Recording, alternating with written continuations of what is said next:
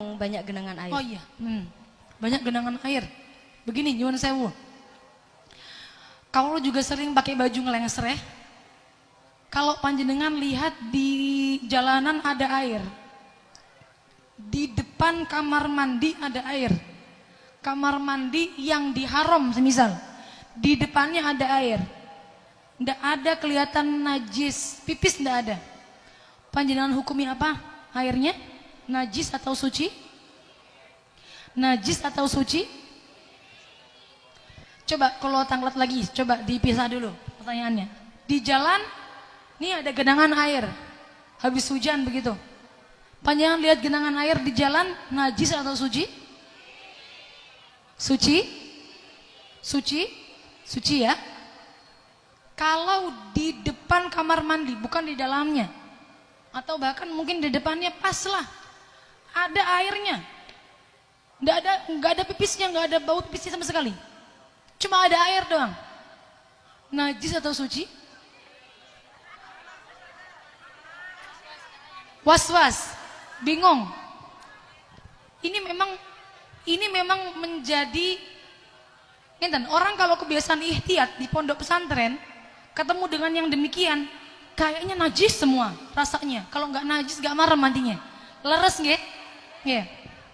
Saya mau bicarakan fikihnya niki berulang kali Buya Kafa bilang ke kulo. Berulang kali karena umi kulo, Umi Azah, niku termasuk yang mamangan. Kalau ke kamar mandi di di toilet umum, beliau niku saking mamangan mesti ember disuciin dulu. Semua sama, ada yang sama mungkin di sini. Di ember dicuciin dulu, baru kemudian diisi air. Ada yang sama. Nah, umi kulo begitu. Kemudian dikomentari sama Buya. Ngono kuwi wajib parasel. Ngeten. Bahas dengan saya. Mboten Buya, saya jawab, ndak perlu.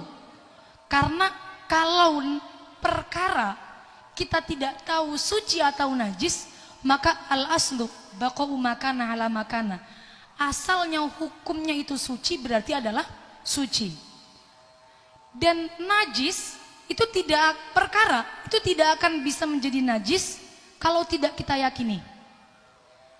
Kalau memang kullu malam yatahaqqaq najasatuhu fahuwa thahirun. Itu kaidah fikihnya. Kullu malam yatahaqqaq najasatuhu fahuwa thahirun. Kalau enggak yakin betul najis, suci. Bahkan mamang sekalipun najis atau tidak, suci hukumnya.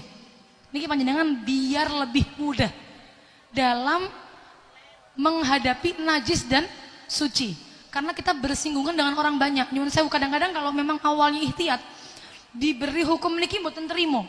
Umi kula niku menerima hukum niki lama. Butuh adaptasi. Karena awalnya ihtiyat orangnya.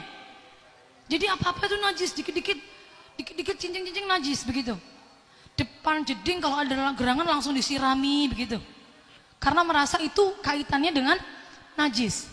Kalau panjenengan demikian, maka panjenengan di jalan kelihatan genangan air selama tidak ada tainya jelas, tidak ada najisnya jelas, maka hukumnya adalah suci. Niku nggih. Andaikan pun semisal nyuwun sewu, dalam kenyataannya itu najis, tapi kita awalnya ngiranya itu suci, maka najis, tapi ma'fuun anha. Ma'fu, tidak masalah jadi. Begitu. Nyuwun sewu, begini nggih. Jadi biar tidak terlalu gampang menajiskan hal-hal yang tidak jelas najis. Karena kebiasaan pondokan pesantren itu memang begitu. Kalau demikian juga begitu. Kalau memang tidak betul-betul mantepkan hati, tidak bisa ngukumin suci. Jadi yang di dalam jeding sekalipun nyuwun sewu punya, kalau lebih ekstrim lagi, di dalam jeding kita nggak ngerti ada pipisnya, kita nggak ngerti ada bau pipisnya, nggak ada, jedingnya bersih, suci atau najis? Suci, suci. Panjenengan ke hotel, ngukumin apa hotelnya? Kamar hotel, suci atau najis? Suci. Padahal kan kalau kita mau neliti sebelumnya itu kan jadi mamang itu kan? Itu nanti yang bersih-bersih pakai sepatu nggak ya? Sepatunya masuk ke kamar mandi nggak ya? Terus habis dari kamar mandi terus masuk ke kamar tidur nggak ya? Begitu nggih? mau kita lanjut terus-terusan akhirnya jadi was-was. Maka kullu malam yatahaqqaq najasatuhu fahuwa thahirun.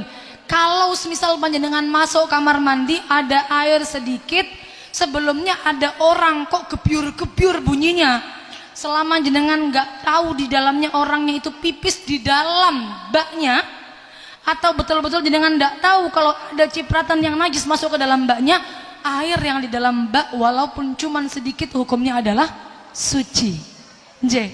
Jadi supaya lebih mudah lagi dalam berfikih, kita pakai ilmu fikihnya lebih mudah lagi. Ad-dini